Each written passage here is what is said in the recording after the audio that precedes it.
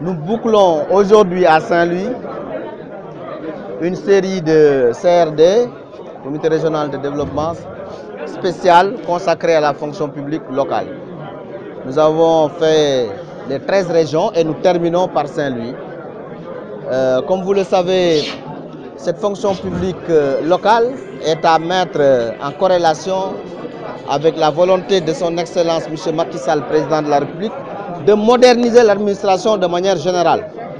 Et vous savez que les collectivités territoriales sont des démembrements de l'État. Donc, elles ne doivent pas être en reste de cette modernisation. C'est la raison pour laquelle, après la signature du dernier décret, le 8 janvier 2020, portant organigramme type, qui fait qu'à l'heure actuelle, avec la loi de 2011, nous avons 23 décrets d'application bouclés. Donc il faut maintenant que nous tous nous soyons mobilisés pour la mise en œuvre effective de la fonction publique locale. Mais pour ce faire, il fallait que les exécutifs locaux, notamment les maires et présidents de conseil départemental, comprennent le bien fondé de la fonction publique locale, mais comprennent également les mécanismes de sa mise en œuvre. Et au sortir de cette rencontre, nous sommes satisfaits. Satisfaits premièrement par la bonne préparation et organisation, et c'est le lieu de féliciter monsieur le gouverneur de la région de Saint-Louis, mais également satisfaits parce que tous les maires et présidents de conseil départemental qui se sont déplacés de manière massive ont compris le bien fondé de la fonction publique locale et se sont engagés d'ici le 31 mars au plus tard à régulariser les personnels qui avaient été audités et pour lesquels ces maires et présidents de conseil départemental doivent prendre les arrêtés d'intégration et ensuite prendre les arrêtés de titularisation. Oui, c'est une vérité absolue.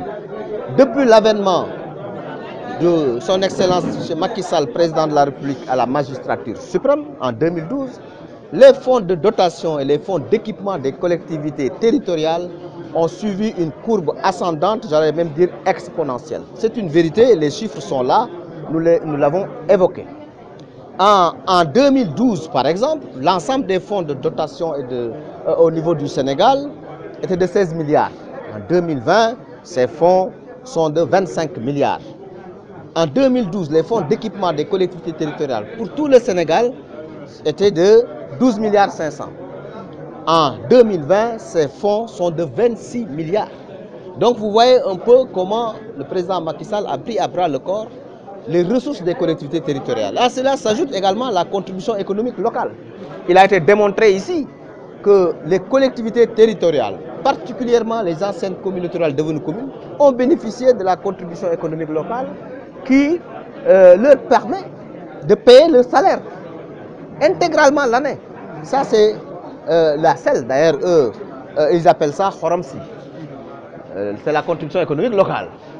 Et également le PACASEN, où c'est 130 milliards pour 123 communes sur 5 ans.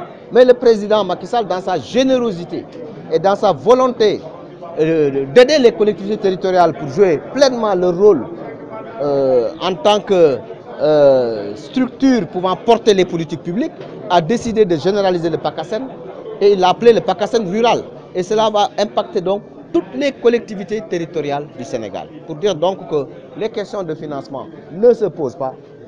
Au niveau central, le président Macky Sall a fait le nécessaire et les collectivités sont en train de vivre cette situation.